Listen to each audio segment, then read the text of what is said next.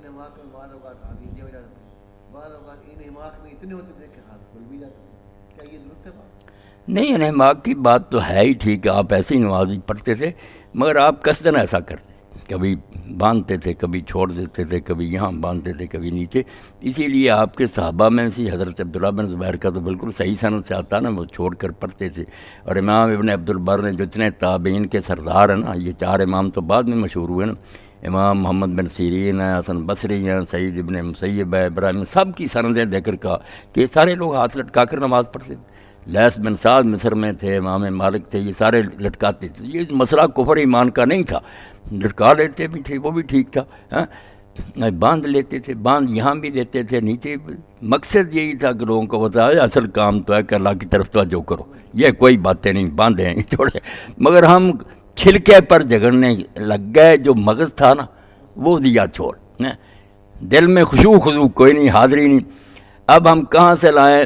میرے دوست نے مولانا ارشاد اللہ قدری صاحب، میں نے دعا کی ہے بار بار کہ آج کتاب ایک انہوں نے ایسی اچھی لکھی ہے جیسی لکھنی چاہیے. سورہ جو ہے نا المومنون، اس کے جو ہے نا شروع میں کہ قد افلح المومنون، یہ آتے ان کے پر درس دیے تھے انہوں نے محمدی مسجد میں، اب اس کے ساتھ اضافے کر کے تو چھپا دیا. باقی کتاب جو ہے بہت اچھی، بہت عمدہ لکھی ہے کہ خشوع کیسے ہوتا اور نیک لوگوں کے واقعات لکھے.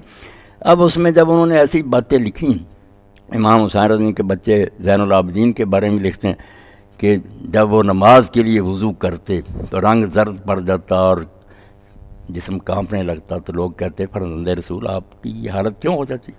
فرمایا تم جانتے ہو کہ میں کس کے سامنے کھڑا ہونے لگا اور کس سے بات کرنے لگا؟ جس کو دل کی باتوں تک کا علم ہے اس کے سامنے کھڑا ہو رہا ہوں.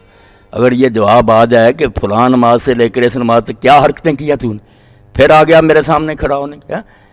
اور طاؤس رحمۃ اللہ علیہ کا لکھا کہ وہ کہتے ہیں میں نے دیکھا کہ مسجد میں داخل ہوئے، بیت اللہ کی مسجد، اور گئے حتیم میں گئے، وہاں جا کر سجدہ کیا، اور یہ انہوں نے پڑھا. یہ ابن رجب نے بھی اختیار الاولیاء میں لکھا، بہت میں نے پہلے دیر پڑھا.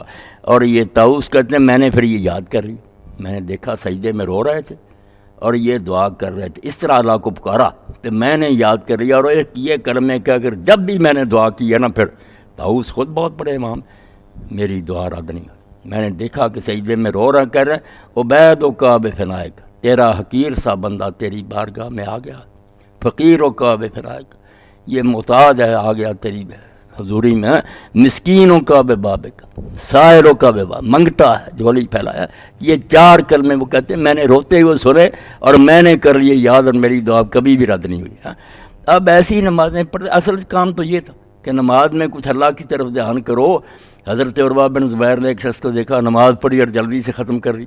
آپ نے فرمایا تجھے کوئی ضرورت نہیں تھی تو اپنے رب سے مانگتا، مقادی نے ختم کر دی، تو انہوں نے کوئی کام نہیں تھا تجھے اپنے اللہ سے، کوئی حاجت نہیں تھی، نماز میں مانگا کرو کچھ.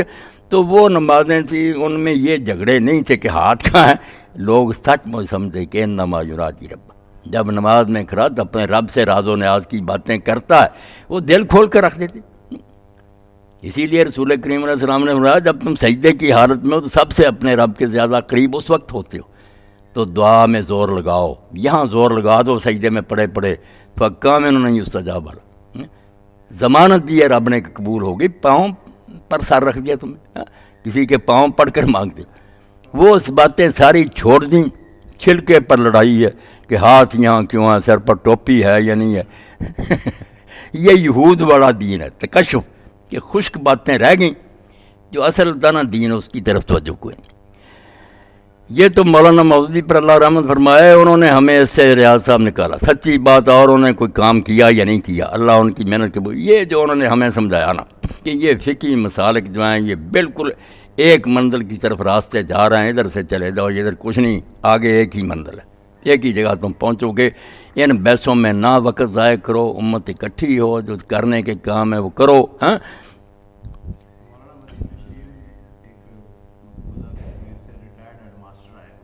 جی میرے پاس آ گئے، یہی بات شروع ہوئی. میں نے کہا بات تو صرف اتنی ہے کہ ہم تو پڑھتے ہیں نا، قرآن مجید بھی پڑھتے ہیں، نماز میں ہمیں پتہ نہیں چلتا ہم کیا کہہ رہے ہیں، لیکن حضور پر تو قرآن نازل ہوا تھا، وہ تو ایک ایک لفظ کا ان کی چہرے پر اظہار ہوتا تھا.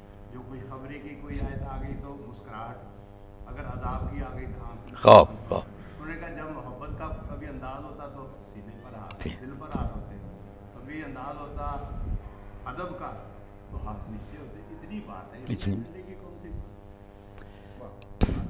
اب روایت کی بات تو الگ، روایت تو کسی کے پاس بھی صحیح نہیں، نہ سینے پر نیچے، سب میں کچھ کمزوریاں. کہتے ہیں کہ یہ ذرا ملاج اڑا کر بن رہے ہیں، ملاج اڑا کر کہتے ہیں، صحیح کسی کے پاس نہیں. مگر دیکھنے کی بات یہ تجربہ کر لیں کہ ہاتھ یہاں باندھیں گے نا آپ تو جتنی دیر مرضی کھڑے رہیں اور پڑھتے رہیں آپ ایزی ہوں گے. یہاں ہے کر لو ذرا محنت ہے نا اوپر اٹھانا، یہ تھک جاتا آدمی. وہ مسئلے کی روح سے بے شک بندے رہے تنگ پڑتے ہیں. یہاں جتنے ہاتھ جانے سے چلے گئے یہاں آپ نے باندھے ہو، بے شک جتنی مرضی تلاوت کرے اور کر کے دیکھیں سکون رہے گا، آپ کو پریشانی نہیں. یہاں تو آپ نے اوپر کو اٹھائے ہوئے ہیں، تنگی ہوگی. یہ تجربے کی بات ہے، ویسے ضد کا تو علاج ہی کوئی نہیں، جائز سب ہے. یہ کرنے ہی نہیں چاہیے. پھر یہ دیکھیں نا کرتے بھی ایسے ہیں، کوئی یہاں سے پکڑتا کو نہیں سے اس طرح پکڑا، کوئی یہاں سے پکڑا ہوتا. بھئی صاف تو حدیث پاک میں آتا. حضرت وائل کہتے ہیں میں نے ایک دن تہیہ کیا کہ میں رسول اللہ کو دیکھوں گا کہ نماز کیسے پڑھتے ہیں. وہ ساری بیان کی انہوں نے لمبی ڈیٹیل. کہتے ہیں آپ نے ہاتھ اٹھا باندھے، دیکھا یہ ہتھیلی جو تھی نا دائیں ایس بائیں ہتھیلی پر تھی، یہاں تھے، یہاں یوں کوئی نہیں تھے، یہاں ہاتھ. بس یہ دونوں طریقے ہیں کہ یا یہاں سے پکڑ لو، یہ قبض کہلاتا ہے، ہتھیلی یہاں رکھو، یہ گٹ کو پکڑ لو، یا یہ ساری چاروں انگلیں 5 انگلیں یہاں رکھ وضع. یہ کوئی نہیں کہ کلائی پر رہ جاؤ اور کونیوں پکڑو. اور کئی لوگ یہاں باندھے ہوتے اس طرح، سنت بھی نہیں، کوئی علم بھی نہیں حاصل کرتے ہے نا. بالکل غلط، کوئی حوالہ نہیں. ہتھیلی پر آنی چاہیے. اس کے بعد یوں پکڑ لیں آپ آسانی کے لیے، اوپر رکھ لیں.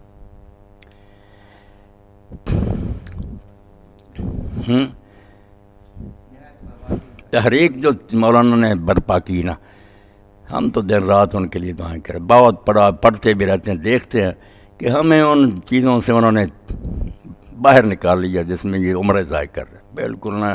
پھر مولانا انور شاہ رحمۃ اللہ علیہ کی طرح روتے ہیں مرتے وقت کہ ہماری عمریں تو برباد ہی ہو گئیں، کس بحث میں ہم پڑے رہے کہ شافعی سچا ہے ابو حنیفہ سچا. یہ کیا اللہ اس کا فیصلہ کرے گا؟ سارے اس کے ایک بندے کس کو سزا دے گا؟ کرنے کے کام جو تھے یہ مغربی تہذیب. مولانا روئے آخر عمر کہ سیلاب تو یہ تھا جس کے سامنے بند بحال گیا، لڑکے لڑکیاں برباد ہو گئے، بے حیائی پھیل گئی. اب رو رہے ہیں ہم پاکستان میں کہ کیا میڈیا کر رہا، بے بس ہو گئے. اس کا نہیں کسی نے کوئی خیال کیا، بس اپنے جھگڑوں میں پھنسے.